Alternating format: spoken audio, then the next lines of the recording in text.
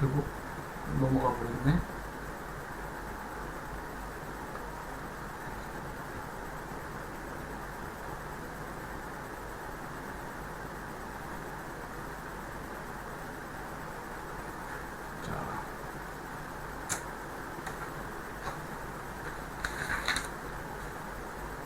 자, 다음으로 해양법상 국제해협이라는 개념이 있습니다.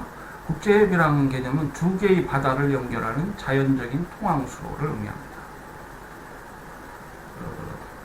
이 국제해협 개념은 통과 통항이 적용되는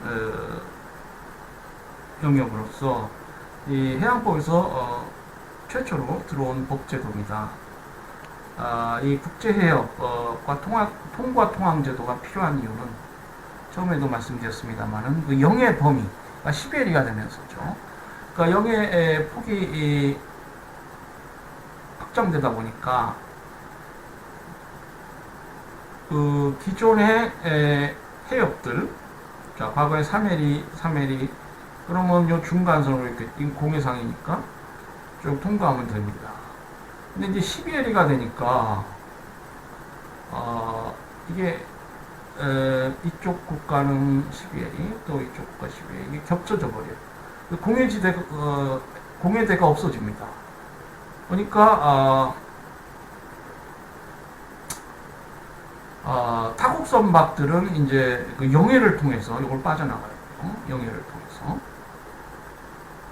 그렇게 되면은 이제 무해 통항권이 인정이 되고 계속적으로 신속하게 빠져나가게 됩니다. 근데 그것만으로는 좀 부족하다. 이게 국제해협이고 통항이 많은 지역이기 때문에 보다 자유로운 제도가 필요하다. 그래서 통과 통항 제도를 이 국제해협에는 인정하게 됩니다. 지금 영해 폭 확대로 인해서 12해리로 확대됨으로 인해서 지금 세계 약 120개 내의 주요 해협에서 이러한 영해가 겹치는, 그러니까 공해대가 사라지는 그런 현상이 발생하고, 그러니까 국제협에서의 어떤 신속하고 자유로운 통항이 문제되게 됩니다. 그래서 이제 통항 제도를 주게 되는 것이다, 이렇게 보는 것이죠. 통과 통항은 제38조 해양법 제38조에 규정되어 있는데요. 공해나 원어로는 트랜짓 패시지라고 합니다. 그러니까 인노센트 패시지, 이게 무해 통항이고요. 통과 통항은 트랜짓 패시지라고 해요. 통과 통항은 공해나 배타적 경제 수역의 일부와 공해나 배타적 경제 수역의 다른 부분 사이 국제 항행에 이용되는 해협이다. 그런 해협에 적용되는 해협이다가 아니고 그런 해협에서 적용되는 그 통항제도이다. 이것이죠. 제37조. 연안국은 통과 통항을 방해하거나 정지시킬 수 없으며 해협 내의 위험을 적절히 공표할 의무를 제44조 그렇게 규정되어 있습니다. 국제해협의 폭의 범위에는 별다른 제한이 없습니다. 따라서 국제항행에 이용되는 해협 안에 유사 편이한 공해 통과항로나 배타적 경제 수역 통과항로가 있는 경우에 그런 경우에는 그 해협에는 통과 통항이 적용되지 않습니다. 그러니까 아까 말씀드린 대로 120개 지역이 120개 주요 해협에서 이제 영해가 많이 있는 공해대가 사라지는 현상이죠. 국제해협 중에서 사라지지 않는 국제해협도 있겠죠. 그런 경우에는 공해대가 있습니다. 연안국이 있고 A국이 있고 B국이 있고 이 공해대가 있어요. 통항을 할 수 있는 공해대. 이런 경우에는 통과 통항 제도가 적용되지 않겠습니다. 공해예요. 공해 자유 원칙이 적용되는 부분이 되겠습니다.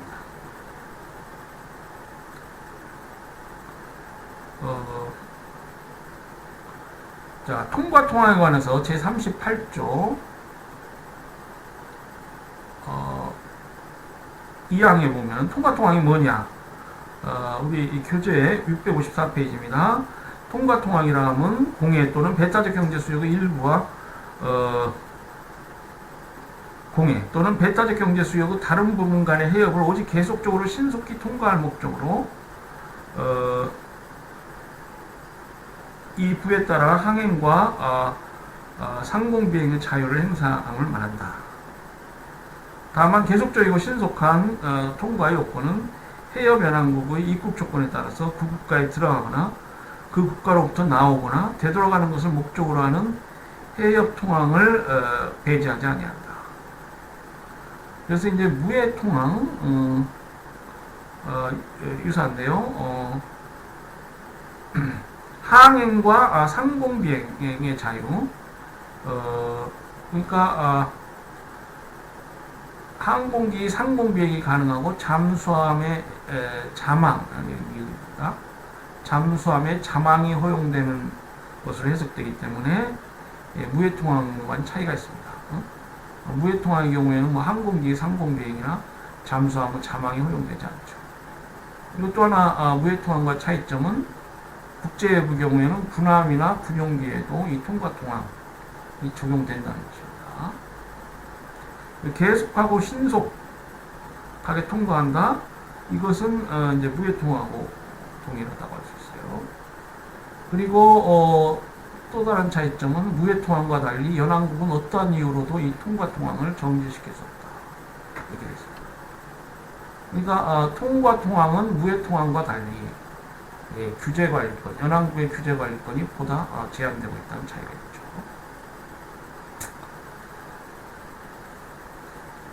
자, 다음으로 이 콜프 채널 케이스, 콜프 해협 사건을 하겠습니다. 1949년도 사건인데요. 국제해협에서의 통항 문제에 관련해서 그 이해관계국 간의 권리 의무 관계를 밝힌 아주 선례입니다. 아주 중요한 국제법 선례인데요. 그 내용이랄지 그 설시 취지가 지금 해양법 협상 통과 통항 제도 비슷해요. 그러니까 이 통과 통항 제도를 만들m에 있어서 아마 이게 참조가 됐을 것입니다. 국제법학자나 뭐 이런 이해관계국 그 외교분들이 모여서 만드니까요. 이런 선례를 뭐 연구하고 그러죠. 자, 이 사례를 보면은 1946년 5월 15일 알바니아 본토와 그리스령 코르프섬 사이 해협을 통과하던 영국 군함이 사전 경고 없이 이 알바니아로부터 포탄 공격을 받았다. 그리스와 알바니아 사이 해협의 폭은 3에서 23km. 그리스와 알바니아 사이 해협이 이제 국제 해협 비슷한 것 같아요. 그래서 3km, 23km 범위 내 국제 해협인데 이 사건 직후 영국 정부는 군함도 콜프 해협에서 무해 통항권을 갖는다. 이렇게 주장한 반면에 아까 군함의 무해 통항권은 국제법상 오랜 논란거리였다. 이렇게 말씀드렸죠. 알바니아 정부는 외국 선박은 사전 허가 하에서만 이 해협을 지날 수 있다고 주장했다. 알바니아와 영국 간의 의견이 달랐다. 영국은 알바니아 의사를 확인하기 위해 같은 해 10월 22일 해군함대를 콜프 해협으로 다시 파견했는데 알바니아 영해를 항해 도중 기뢰와 충돌하여 큰 피해를 입었다. 포탄 공격을 받았어요. 그래서 이게 뭔 일인가 하고 다시 한번 그러니까 이제 이런 경우가 국가들 사이에 가끔 있죠. 어떤 군사적 충돌이 있으면 다시 한번 시위를 하는 거야. 이게 또 그런가. 이번에는 포탄 공격을 받는 게 아니고 기뢰하고 충돌해서 큰 피해를 입었습니다. 알바니아는 당시 자신은 그리스와의 긴장 관계인 특수 상황에서 외국 군함이 자국 영해 통과를 규제할 권한이 있으며 사전 허가 없는 영국 함대의 콜프 해협 통과는 국제법 위반 동시에 당시 영국 함대의 통항은 무해 통항에도 해당되지 않았다. 연합국에게 해가 없는 그런 통항이었느냐, 거기에 해당하지 않았다면 이렇게 주장한 것이죠. 그러니까 사전 허가를 요구한다는 것은 국제법상 군함에 대해서 무해 통항권이 없다는 것입니다. 이제 뭐 원어로 된 판결문이 있는데요. 재판부가 국제항로로 이용되는 국제해역의 경우 통항이 무해하다면 군함도 허가 없이 통과할 권리를 갖는다. 통과 통항은 무해 통항과 달리 현재 해양법 협상 군함의 경우에도 인정된다. 이런 차이가 있다고 그랬죠. 그러니까 이미 1941년도에 그러한 판결을 한 바 있습니다. 재판부는 알바니아가 자국영해에 기뢰가 부설되어 있음을 알았거나 알 수 있었음에도 불구하고 이러한 위험을 고지하지 않은 사실에 대하여도 책임을 진다. 위험 요소에 대해서 고지를 해야 된다. 해양법 위반 조항에 있죠. 1982년도. 그러니까 이 재판부 판결을 참조하는 그런 조항을 둬야 되겠죠. 이 판결은 1982년 해양법 협약 채택보다 훨씬 이전에 내려진 것이지만 국제해역 통항에 관한 기본적 개념을 제시해 줍니다.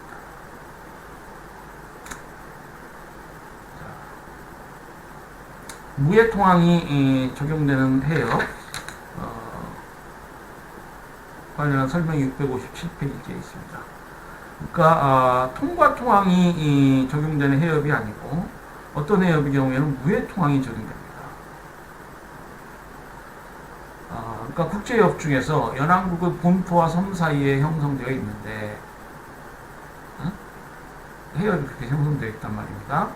항해나 수로의 특성상 섬 외곽의 공해나 배타적 경제 수역으로 돌아가도 유사 편이한 항로가 있는 경우, 다른 대체 항로가 편리한 대체 항로가 있다. 그러면 통과 통항의 제도를 적용할 필요가 없다는 것이죠. 또 공해 또는 배타적 경제 수역의 일부와 외국의 영해 사이에 있는 협약, 그러니까 공해대가 있는 그런 해협, 협약이 아니고 해협이죠. 해협은 통과 통항을 적용할 필요가 없습니다.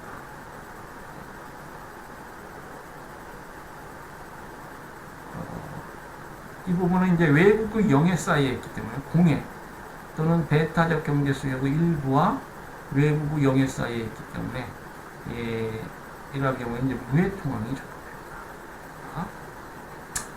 그리고 해양법 협약상 이러한 해협을 통한 무해 통항은 정지될 수 없다. 제38조 1항 단서 제45조. 그래서 영해에 적용되는 무해 통항, 국제 해협에 적용되는 통과 통항, 그리고 해협 중에 무해 통항이 적용되는 해협, 이런 세 가지 통항의 자유 관련해서 세 가지 부류가 있을 수 있겠습니다. 자, 우리나라의 제주해협은 말씀드린 대로 딱 지리적 요건상 국제해협에 해당이 되겠습니다. 통과 통항이 인정될 수 있는 국제해협에 해당이 되고요. 영해 및 접속수역법 시행령 제4조 단서에서 그 군함이나 비상업용 공선, 정부선박의 사전 통고제가 적용되지 않는다. 이런 단서 조항을 두고 있어요. 그러니까 해양법 협약하고 이제 맞춰야 되겠죠.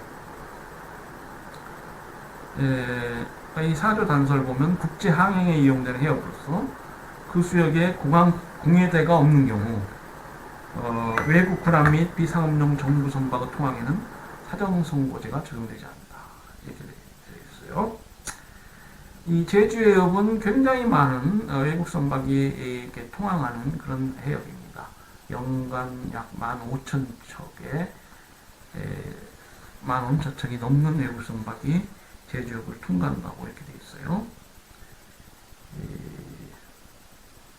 근데 이제 제주해협의 경우에는 특성상 외국 선박들이 제주도 남쪽으로 돌아 항해해도 별다른 지장이 없지 않느냐.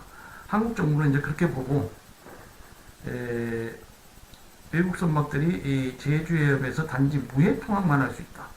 아까 그 무해 통항이 적용되는 해협으로 봐야 되는 것 아닌가. 이런 주장들이 있을 수 있어요.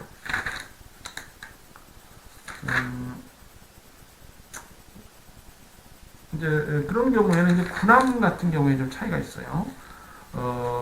일반 상선의 경우에는 무해 통항이나 통과 통항이 별 큰 차이가 있지 않습니다. 그렇기 때문에 이제 그렇게 해석상 치열하게 다투지고 있지는 않고요.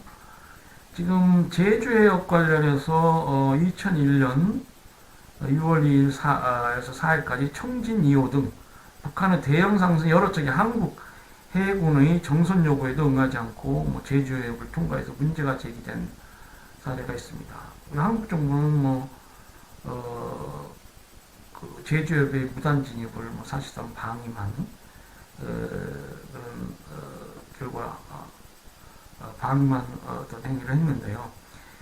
결국 그 2005년 남북한 간 해운 합의서가 작성되고요. 또 부속 합의서가 성립되게 됩니다. 그래서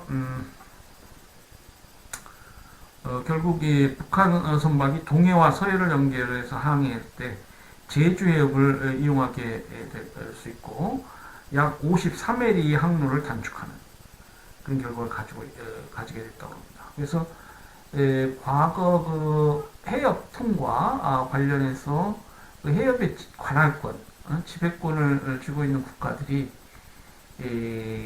어떤 하나의 그 전략적으로 그걸 이용할 기도 할 수 있습니다. 만약에 이 제주해협 통과를 인정하지 않으면 멀리 돌아서 가야 돼요. 그러면 기름값만 해도 얼마예요? 경제, 무역이 잘 안 되죠. 그 수에즈운하 국유 사건도 이제 그와 관련된 것입니다. 그래서 1957년 이집트가 이 수에즈운하를 국유화해서 모든 나라가 개방했어요. 그래서 만약 그 유럽의 기존 강대국들이 수에즈운하를 지배해서 또 그 외에 그 인접 국가들이 이걸 봉쇄한다거나 하게 되면은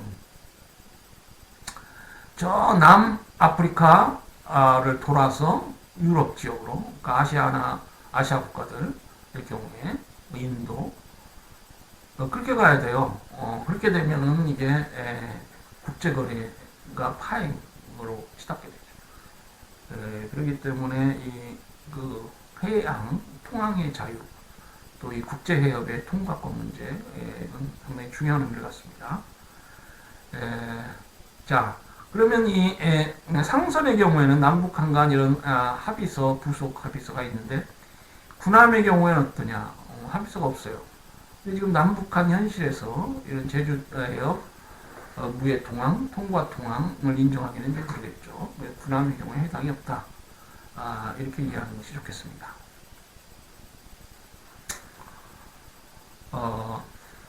다음으로 이 군도 수역이라는 개념이 있습니다. apologetic job, sea job 뭐 이렇게 얘기할 수 있겠고, 이 군도 수역과 관련해서 군도국가, 군도기선이라는 개념이 있습니다. 군도 수역이라는 개념은 우리 해양법 협약상 이런 개념입니다. 서로 밀접하게 관련된 섬, 수역, 자연지역 등이 고유한 지리적, 경제적 또는 정치적 단일체를 이루고 있거나 또는 역사적으로 그러한 단일체로 인정되어 온 섬 집단. 쉽게 얘기해서 뭐 큰 섬이 있고 뭐 주위에 많은 섬들이 있고 그래서 한 나라가 구성됩니다. 대표적으로 여러분 쉽게 여러분 예를 들 수 있겠죠? 필리핀. 굉장히 큰 나라입니다. 많은 섬으로 구성된 나라예요.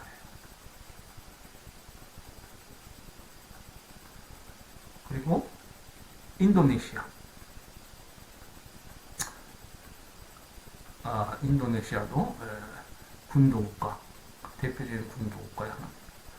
실제로 해양법 협약상 이런 나라들이 많이 문제가 되었어요.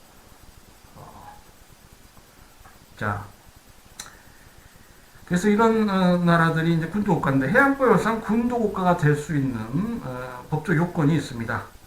군도의 최외곽도서와 암초의 바깥점을 연결한 군도기선을 설정할 수 있고, 군도 기선 내의 육지와 바다 면적 비율이 1:1에서 1:9 사이란다. 그러니까 이렇게 쭉 이렇게 군도 구역을 설정했을 때 이게 한 나라다. 그러면 요 바다 부분이 있죠. 그리고 요 육지 부분, 바다 부분, 어, 요 비율이 바다가 너무 많아서는 안 됩니다. 응? 바다 비율이 9 이상으로 많아서는 안 돼요. 바다가 많을 수도 있어요. 1대 2일 수 있습니다. 육지보다 바다가 2배 많다. 그럼 군도 국가가 될 수 있어요. 3배 많다 될 수 있어요. 5배 될 수 있어요.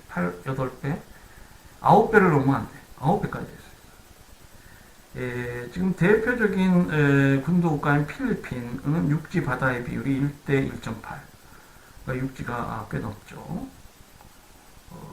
그리고 인도네시아는 1대 1.2. 그러니까 육지 비율이 더 많네요. 그러니까 이런 나라들은 이제 군도 국가에 해당이 됩니다.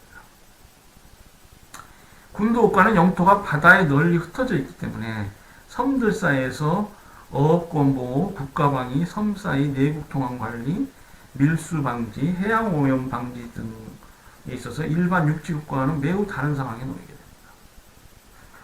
됩니다. 그렇기 때문에 이 해양법 협약에서도 특별하게 취급할 그러한 이유가 있는 것이죠. 그리고 이 군도 국가이려면 이게 정치적 단일체, 그런 고유한 그런 지리적 경제적 배경하에서 정치적 단일체를 이루어야 됩니다. 그리고 역사적으로 그러한 단일체로 인정이 되어온 그런 섬 집단으로 구성된 국가여야 해요.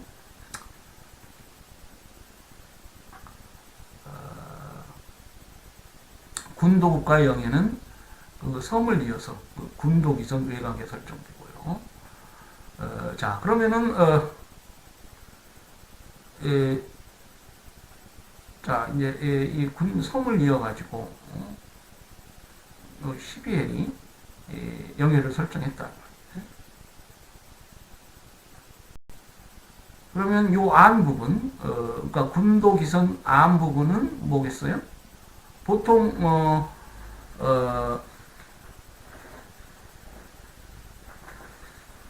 의 경우라면은 육지국가라면은 내수가 되겠죠.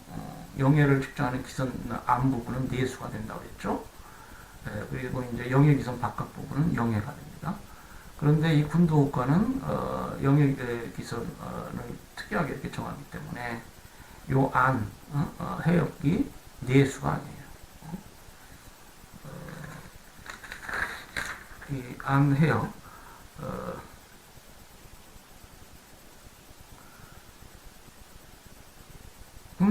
군도기선 안쪽인 군도수역 내수는 아니고 군도국가는 그 안에 내수를 별도로 설정할 수 있습니다. 그런데 그 영토 곳권 비슷한 어떤 관할권 행사가 인정이 물론 되죠. 상공, 해저, 하층도 및 이에 포함된 자원에 대해서 군도국가의 주권이 미치게 됩니다. 그리고 군도 수역에서 모든 국가 선박은 영해에서와 같이 무해 통합권을 합니다. 그러니까 내수와 같이 그 연합국이 영토로서 주장할 수 있는 게 아니고 영해 비슷한 취급을 받아요. 그래서 자신들이 설정한 영해는 그 군도 위성 바깥에 설정되어 있는데 그 안도 역시 무해 통합이 인정이 되는 거야. 군도 기선 안쪽 그것도 내수가 아니고 영해와 동일하게 무해 통합 관련해서 영해와 동일하게 법적으로 취급을 받는다 것입니다. 그리고 군도 국가는 군도 수역과 이에 인접한 영해와 그 상공을 통과하는 외국 선박과 항공기 통항을 위한 군도 항로를 지정할 수 있고 모든 선박과 항공기는 이러한 군도 항로를 통할 권리를 갖는다. 그래서 이제 해양법 약은 이런 특별한 처지에 있는 나라들을 위해서 군도수역제도 그리고 군도국가제도 관련한 제도를 도입하고 있다. 그렇게 이해하시면 되겠습니다.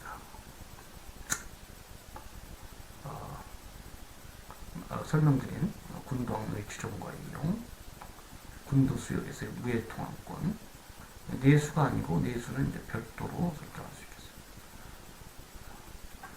네.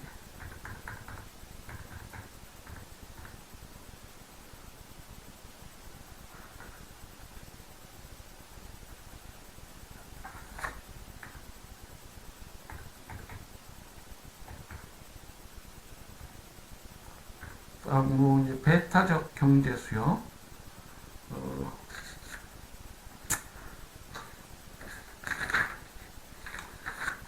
관련해서 설명이 나와 있습니다. 자, 배타적 경제 수역이 어떤 의의를 갖느냐? 그 법적 지위, 경계 획종, 특수조정의 관리, 그리고 배타적 경제 수역 과정은 한국의 관련 문제 등을 보도록 하겠습니다. 자, 이 배타적 경제 수역 제도는 새로운 해양법 제도로서 못 사는 국가들의 어떤 하나의 기회를 될 수 있다. 국제사회에서 어떤 부의 재분배 효과를 가져올 수 있지 않느냐. 자, 과거에는 영해가 있고 다 공해가 있다.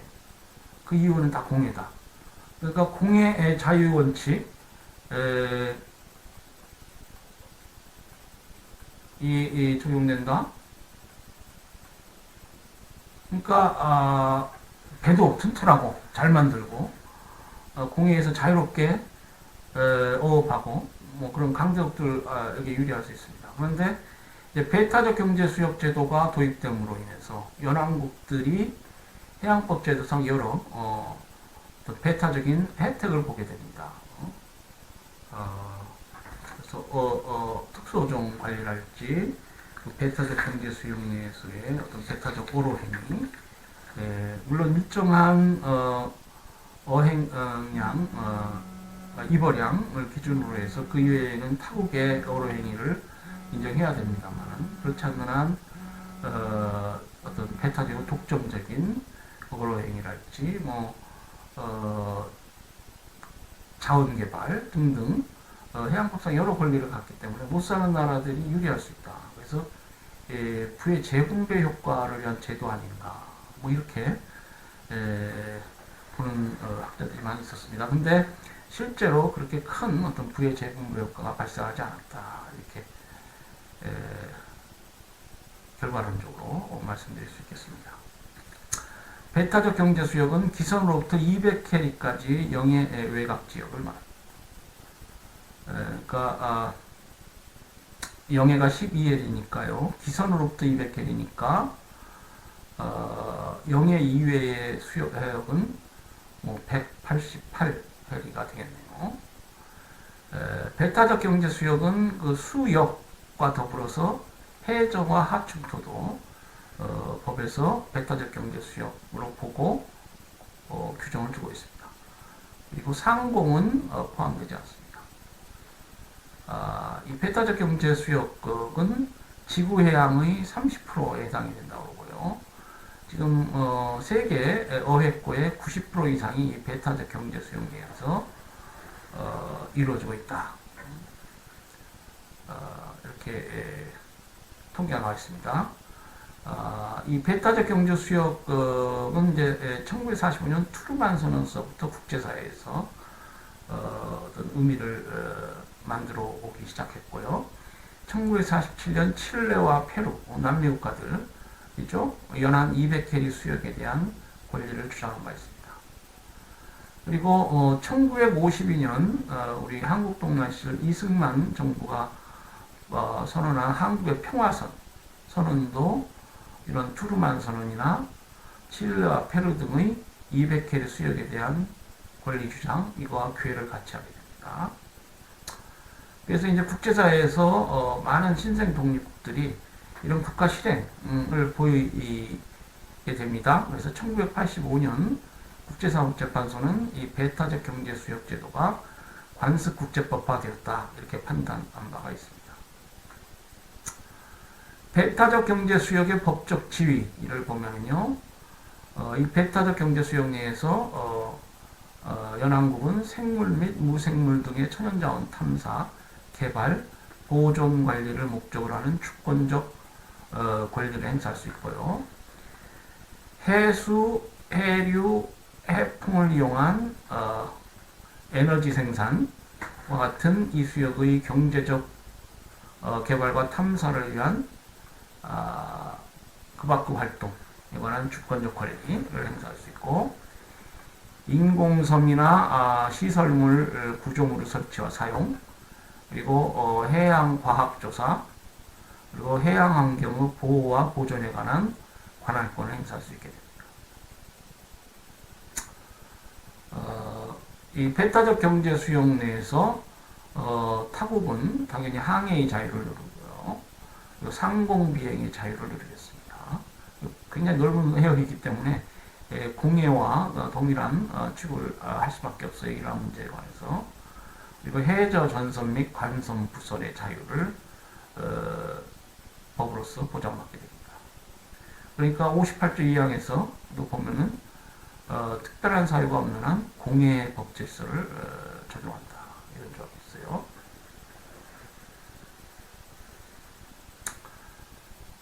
그리고 연안국의 어획 능력이 전체 적정한 가용 어획량에 미달하는 경우 타국의 입어를 허용하도록 규정했다. 그러니까 원래는 배타적 경제 수용 내에서 배타적으로 어로 관련한 주권적 권리를 행사할 수 있는데 이 연안국 어획 능력이 미미하다.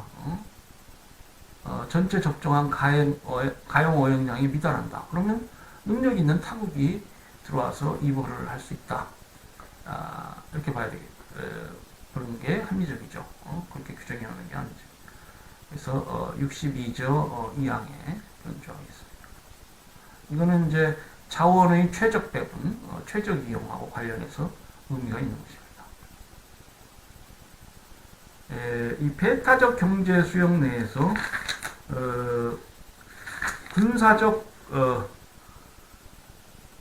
목적 활동이 보장되는가? 그런 문제가 있습니다. 지금 이에 대해서 명확한 언급이 없는데요. 해양 강국들은 협약에 새로이 금지되지 않았으면 기존의 공해 자유 원칙이 적용돼야 한다. 그래서 군사적 목적 활동이 가능하다. 이렇게 주장하고 있습니다. 실제로 2001년 4월 미군 정찰기가 하이난섬 인근 중국의 배타적 경제 수역 상공에서 정찰 비행 도중에 이를 감시하던 중국 공군기와 충돌하는 사고가 발생했는데 미국은 이것이 정당한 권리 행사였다. 국제법상 위법한 것이 아니다. 이렇게 주장한 바 있습니다. 이에 비해서 중국은 배타적 경제 수역에서 연안국의 안보를 해치는 행위는 금지된다. 이렇게 이제 반대한 바 있고요.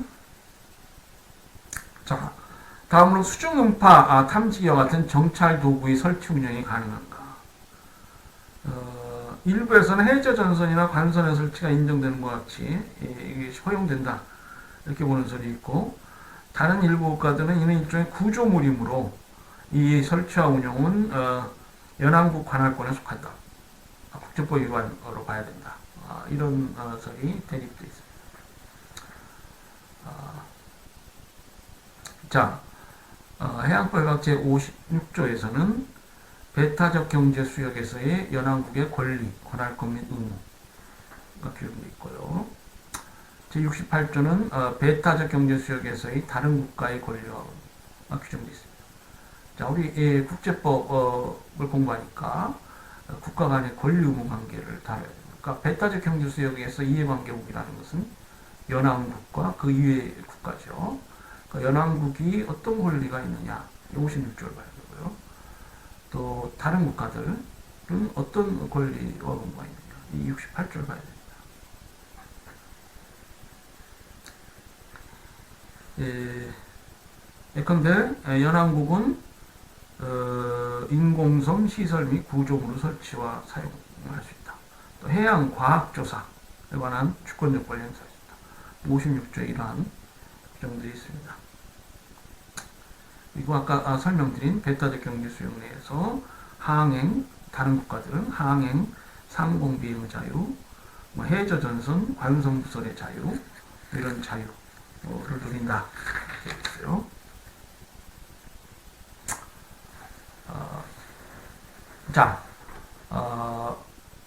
2014년도 IT에로스 판결입니다.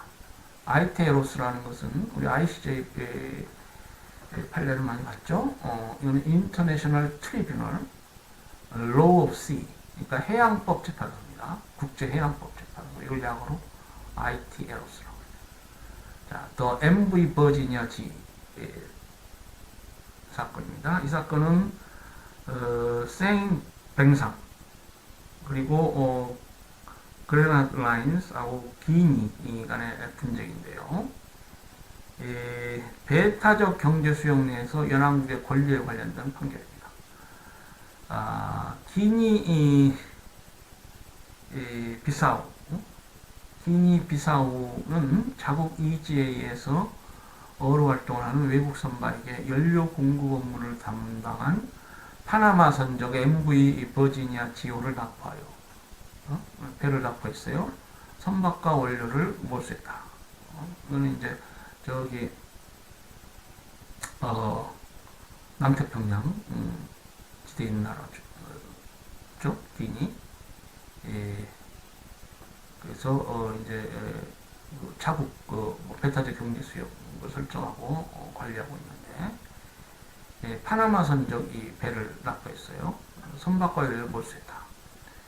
그래서 이제 해양법상 이 사건이 이제 문제되었어요. 그래서 해양법재판소에 회부되었는데 재판부는 어선에 대한 연료 공급이 어업 관련 활동이라고 파악하고 연합국은 생물자원 보존 관리를 위해 자국 이지 내의 외국 어선에게 연료를 공급하는 선박을 규제할 수 있다. 그러니까 배타적 경제 수용 내에서 생물자원의 보존 관리를 위한 주권적 권리를 행사할 수 있습니다. 그렇기 때문에 이게 어업 관련 활동이라는 것이죠. 자, 생물자원 보존 관리를 해야죠.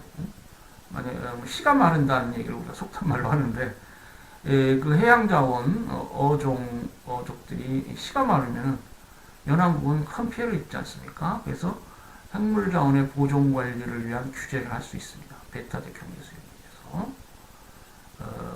그런데 해양법재판소는 선박을 몰수하는 것에 이른 조치는 과도한 조치다.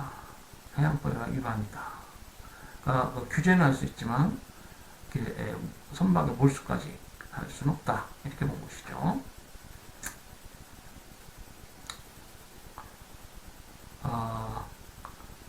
역시 그 비슷한 판례인데 배타적 경제 수역에서의 연합국 권리에 관한 세기호 사건입니다. 국제해양법재판소 1999년도 사건이에요. 이 세기호는 기니의 배타적 경제 수역 내에서 다른 선박에 연료를 판매했습니다. 기니는 이러한 행위가 자국 관세법 위반이라며 세이가호를 납포했습니다. 쟁점의 하나는 연합국이 배타적 경제 수역 내의 외국 선박에 자국 관세법을 강제할 수 있느냐. 이 자국 관세법은 국내법이죠. 그러니까 관세를 부과하기 위해서는 그 상품이 관세선을 통과해야 됩니다. 관세선은 일반적으로 영해하고 일치합니다. 보통의 경우라면 국가 아닌 단위가 관세선을 설정할 수 있어요. 그러나 대부분의 경우에는 국가가 관세선을 설정하고요. 그러한 경우에는 영해 그 한계선이 관세선이 됩니다. 그러니까 관세를 부과하거나 하려면은 그 영해선을 통과해야 돼. 자, 배타적 경제 수역은 영해 이원에 있는 넓은 해역입니다. 그렇기 때문에 그 연합국은 자국 관세법을 강제할 수 없다. 배타적 경제 수역 내의 외국 선박에 대해서는 자국 관세법을 강제할 수 없다. 이렇게 봐야 됩니다. 다음으로 이제 우리 국내 사례에도 이 배타적 경제 수용 문제가 나오게 됩니다. 배타적 경제 수용 내에서 선박 충돌 사고가 있었다. 그러면 잘못한 측도 있고 그래서 이제 과실 형사법상 과실 책임 과실범죄가 성립해서 형사 관할권을 어느 나라가 갖느냐 이런 문제가 발생할 수 있습니다. 이 부산고등법원 2015년도 사건은 이제 그 한국 측 그 배타적 경제 수용 내에서 한국의 소형 어선인 진양호하고 라이베리아 선적 어니스트 해밍웨이가 충돌한 사건입니다. 근데 이 해밍웨이가 구조 작업을 하지 않고 그대로 부산항으로 입항하고 건양호는 결국 침몰해서 선원 2명이 사망하게 됩니다. 한국 검찰은 해밍웨이가 부주의로 충돌한 이후에도 구조 의무를 이행하지 않고 도주했다. 그러니까 담당 항해사 필리핀인 등을 선박 교통사고 도주, 업무상 과실, 선박매몰, 해양환경법 위반 등의 혐의로 기소했습니다. 검찰은 이 사안에서 이제 이게 배타적 경제 수역 내에서의 선박 충돌 사고인데 이게 결국 충돌을 도주를 했단 말이에요. 일종의 별도의 고의범으로서 해양법약 제97조 1항에 의한 피해국의 형사관할권 배제에 해당하지 않는다 이렇게 주장을 했습니다. 그러니까 해양법약 제97조 1항은 그러니까 피해국이 관할권을 행사할 수 없는 경우를 정하고 있어요. 그래서 이러한 경우에 이제 피해국 관할권 행사되지 행사할 될 수 없고 기국 그리고 선원 국적국 선원 국적국은 이제 일반적으로 이제 가해국하고 이제 거의 일치합니다. 뭐 피해자도 있을 수 있겠지만 선원이 이제 잘못해서 이제 책임을 묻는 그러니까 기국이나 선원 국적국 가해국 행사할 수 있다. 형사관할권을 실제로 해양법약 이전에 로토스호 사건, 벌고 사건에서 이런 기국과 가해국의 관할권만을 인정한 사례가 있습니다. 그러니까 이 배타적 경제 수역은 이제 과거의 어떤 궁예에 해당하는 해역이고 관련해서 기국하고 선원국적국, 가해국 그러니까 이 사안에서는 선원이 필리핀이죠. 가해 이기도 하고요. 그리고 기국은 라이베리아가 되겠습니다. 그러니까 우리나라는 이제 피해국에 불과한데 결국 해양법 협약상 관할권 행사할 수 없는 경우에 해당이 된다. 이렇게 법원이 봤어요. 이 배타적 경제 수역에서의 선박 충돌 사고 관련해서 뭐 98 금양호 사건도 있고요. YK 비너스 사건도 있습니다. 예. 그래서 이제 이 부분 관련해서는 또 다음 시간에 설명을 드리도록 하겠습니다. 이 해양법 관련해서 좀 간략히 뭐 여러분에게 자세하게 이 해양법을 말씀드린다는 것이 사실 이제 국제법을 처음 공부할 때 굉장히 그 독자적이고 강론적으로 이제 복잡한 부분이라 우리 학부 수준에서 좀 자세하게 하기 뭐한데요. 되도록이면 간략히 해가지고 만 1주 내지 2주 내에 끝낼 수 있도록 이렇게 하도록 하겠습니다. 나머지 부분은 이제 다음 시간에 하도록 하겠습니다. 네. 자, 뭐 해양법 전반부 부분에 관한 강의를 여기서 마치겠습니다. 열심히 공부하시고요. 예습 복습 열심히 하시기 바랍니다. 네. 그리고 건강에도 주의하시고요. 네, 행복한 주말 되세요. 네, 다음 시간에 뵙겠습니다. 안녕히 계세요.